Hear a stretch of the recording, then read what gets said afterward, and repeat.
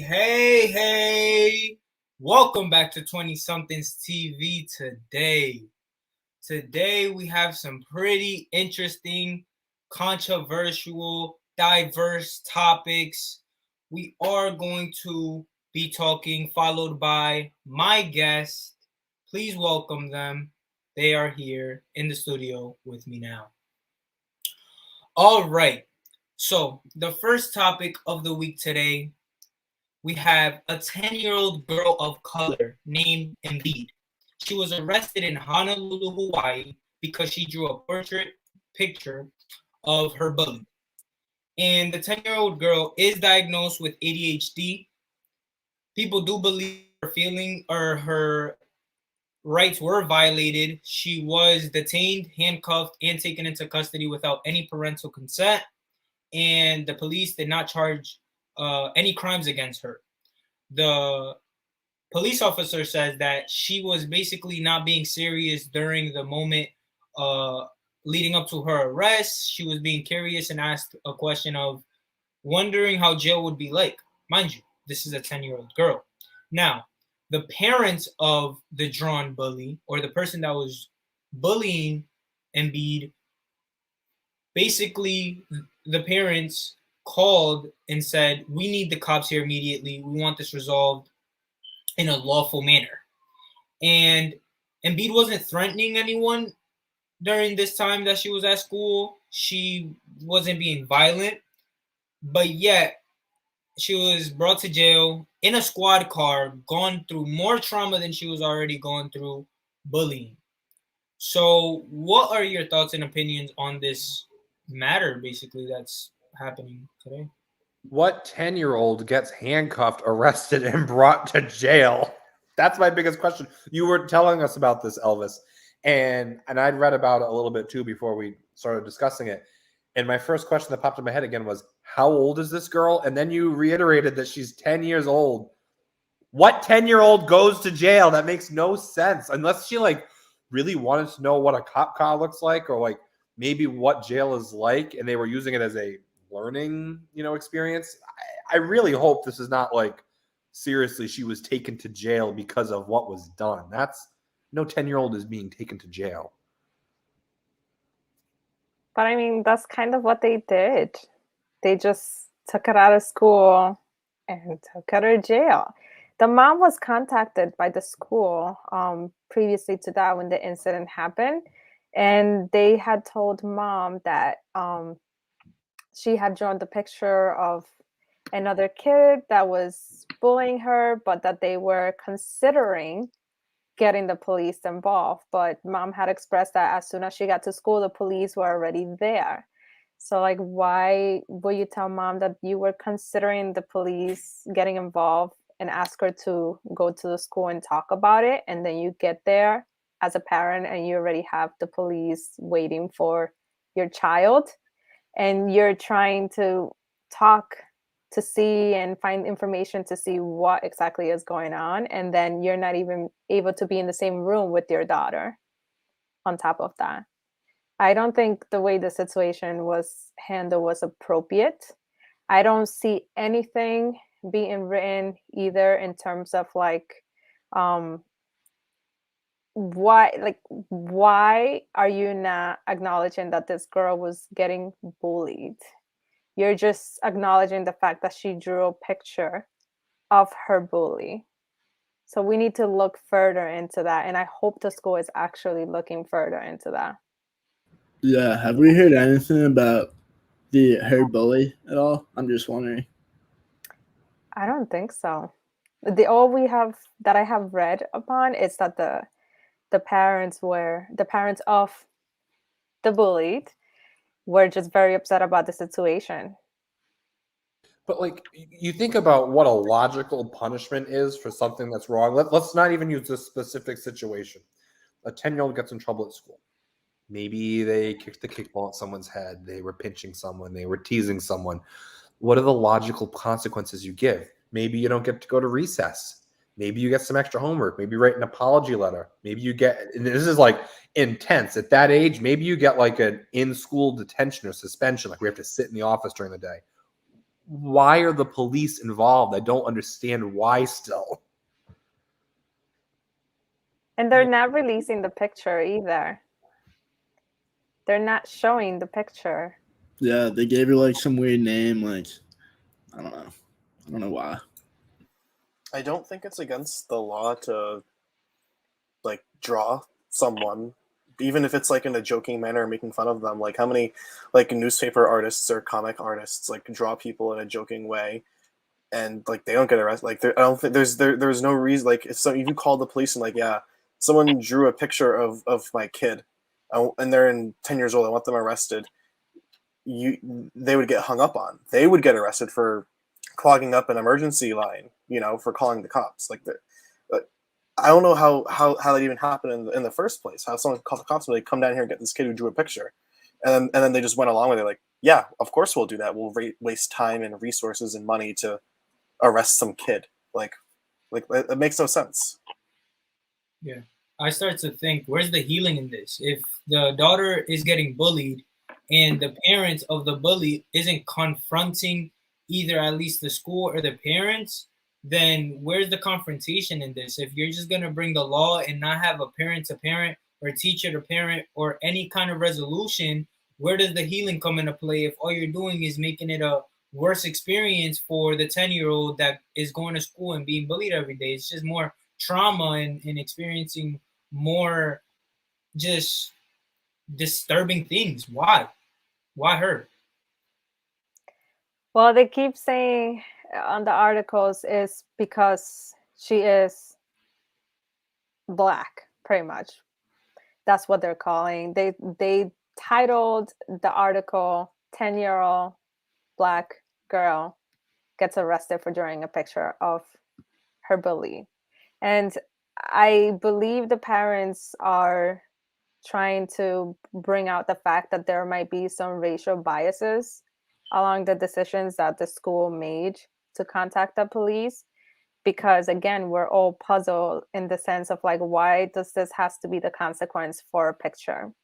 It's like what Michael said. Usually kids these age, when you haven't hurt anyone physically or to like a serious extent, you're just going to be either sent home, detention, suspension, something, but not to that extent where you can traumatize a child, even though she might not see it that way. But at some point in her life, this child might look back and be like, wow, this actually did happen to me along everything else that has been happening. Yeah, I definitely agree.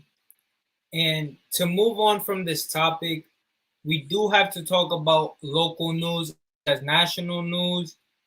In the past weekend or two ago, there was a reported shooting at the Revel Lounge in Providence. So supposedly a fight broke out at around 2 a.m. near the DJ's booth, and shots rang off. Now, those shots that rang off ended up actually hurting people instead of it being like sounds from the DJ or something. That's what people thought at first. But then when they started seeing the commotion and running is when people started seeing blood. They started getting hit. 3 people were injured, and actually a victim spoke out on the news and said that the lounge should be held accountable and remain closed and take their entertainment and alcohol license away from them. They are on a temporary pause, like a temporary close until the trial opens up in 2 weeks. Well, what are your opinions on this shooting in Providence? Well, I just want to say, as a whole, my personal opinion, growing up here, my whole life, I've lived in Rhode Island, and my parents too. My mom said that back in when she was growing up in the 70s, you didn't go to Providence. Providence wasn't a good area. You didn't go. The crime rates were high. There was a lot of, just bad people. And then as time went on, getting closer to around the time when I was born, late 90s, early 2000s, Providence was more of a desirable place. There were a lot of new things. They built the mall. There's the water fire. There's all these new restaurants moving in, new hotels, new apartments. So when I was growing up, Providence was fine. We took the bus to Providence after school like almost every day. We'd do something. We'd hang out at the mall, whatever. Now I feel like the past year or two, or maybe even more, I feel like Providence as a whole is really starting to decline again. I think there has been at least like 18 or 19 homicides already this year. It's like every week there's another shooting or a stabbing, or innocent people are getting killed. I think there's just an overall crime issue going on right now in Providence as a whole, which is unfortunate because I love Providence and I've spent so much time there, but that was just a little background. I totally agree. One of my best friends goes to Brown University and plays a sport there, and he lives in an off-campus house with a bunch of his teammates, and they always talk about just random homeless people walking in and taking. They've had multiple burglaries, so I definitely can relate that. I've heard firsthand how he said that his freshman year wasn't that bad, and obviously something happened, and it's escalating. Yeah. This, Oh, you can go, Alondra. thanks. This has been kind of an issue everywhere. I agree with everything that's going on locally right now, but this has kind of been an issue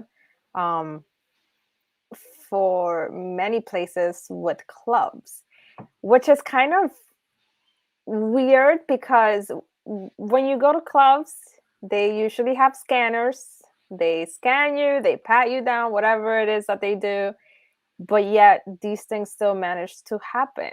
And it's kind of like questionable, like why are security not taking this seriously? Are the clubs are actually not taking all the precaution methods there is to ensure that their customers are being safe? Because you're going to an environment and it's, besides the drinking that goes on that can cause people to act a certain way, but to be able to bring a weapon inside a facility, how can you not notice that if you are checking correctly and the right way? I think they need to be more strict about that, and the club should definitely be held more accountable for the action of the situation that happened, because they are in charge of securing the place, securing the premises. But I mean, overall, you can't control everyone's actions that goes in there, but you can control the access that they have to bring in things inside. Just as they try to check that you don't bring any liquor inside because they want you to buy it in there, you can make sure that there is absolutely nothing else walking in with you. Yeah, I can definitely agree. Things could have been avoided. And to answer the question, there was a fight that broke out at around 2 in the morning. We're not sure yet on what inspired or motivated this fight to go down, but there was a previous shooting at the same Revel Lounge back in August where a man was shot and dead outside of the club in front of the street where the club is, and it got shut down, but then was able to reopen. And this happened now, it's shut down again. So should this Revel Lounge get their license back and remain closed, or what should go on after this? How many strikes can you get? Like, these are people's lives that are potentially at risk because you're not doing a good enough job protecting the people that are going to your establishment. I mean, how many people are going to have to die before something changes? I feel like you go and you just assume that you're going to be safe, and it's kind of crazy now that that's obviously not the case. Jake, anything to say? I think there's only so much you can do, but if you have all these precautions in place, it's hard to be at fault. But if you don't have anything in place, then you would be at fault, because at that point you're not even trying to stop something from happening. If something happens outside of your building, that's one thing, because people can wander in front of your building. Like things happen in front of the building. So what? But if you're not like doing a good enough job checking people coming in, then that's on them, and they should probably lose their license, I think.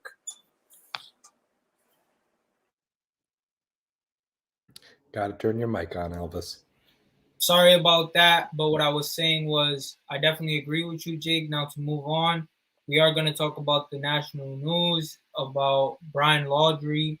His remainings was found in Florida. He was on the run for about a month, and he basically was put on as a person of interest on the radar because of his girlfriend at the time, Gabby, was also found dead due to death of strangulation, I guess. She was strained to death. And then he was put on as a person of interest. Now, what's strange about this new found was that the parents of Brian actually helped the same day in the exact location where he was found at a nature reserve to find Brian, and he was found there. So the FBI is going to look into this case deeper and see what inspired and like why he was in that location, that nature reserve, and his book bag and also notebook was found in the water. So it is said that it's infested with alligators in that area and it's hard to survive. So what are your thoughts and opinions on this? Sorry, fiance. Sorry about that. This is just is turning into more questionable of a situation. Sure, I mean there's could be a lot of alligators around, but like what happened? Like how did he even get to that place? And then just to find remainings, I don't think it was an entire body. Wasn't it just remainings? And then they started doing autopsies and checking those remainings, and it came back inconclusive as to like what has happened to him. I think they found pretty much a skeleton, which when you do the research on how long it takes a body that's, you know, deceased to naturally become a skeleton, usually that's about like a 1 year mark type thing. But they used, I believe they used dental records. That's how they kind of confirmed that this was actually him. But that poses the whole question of how was he so like, what's the word? What's the word I'm looking for? I'm blanking. Oh, decomposed. Thank you. How did that happen? Like that wouldn't happen naturally in that amount of time. It just yeah. I think I think that area was underwater, and that's why they couldn't find him. So he may have passed away, and then the area was underwater, so they never really found anything. His body could have been scavenged by animals.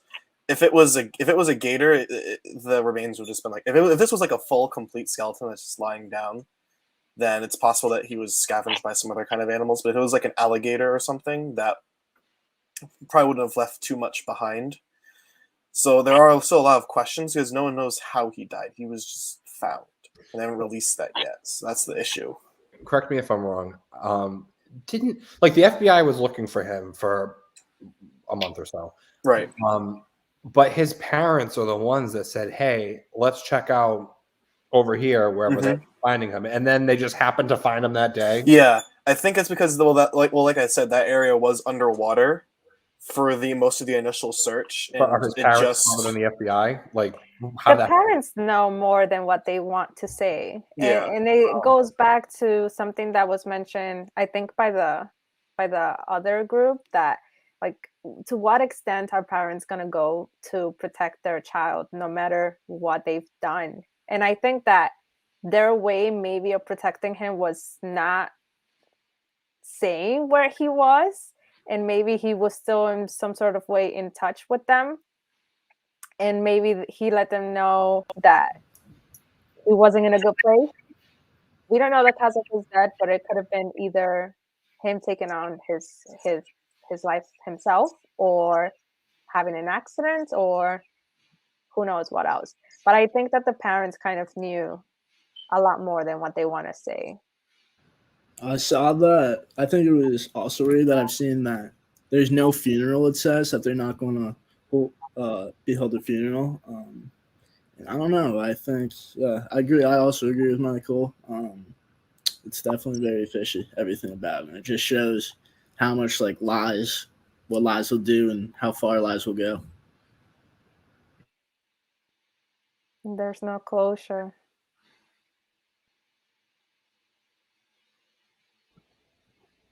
I'm confused. Jake was on screen. I didn't know why. I do think the whole thing is fishy, though. In my honest opinion, it's just something doesn't line up. And then the more and more, like we've discussed in the past, how these people who are like really, really onto social media and pick up on, oh, like she has always tagged a location on all of these posts and now she didn't, blah, blah, blah, blah, blah. And then looking at the window of death that they kind of assumed from the autopsy of Gabby, it puts her at a point where she would have already been passed away, and there were posts being posted on her social media, which is an interesting take. Even before that was confirmed, people were kind of speculating that, and then the autopsy kind of clued even more towards that might be the case.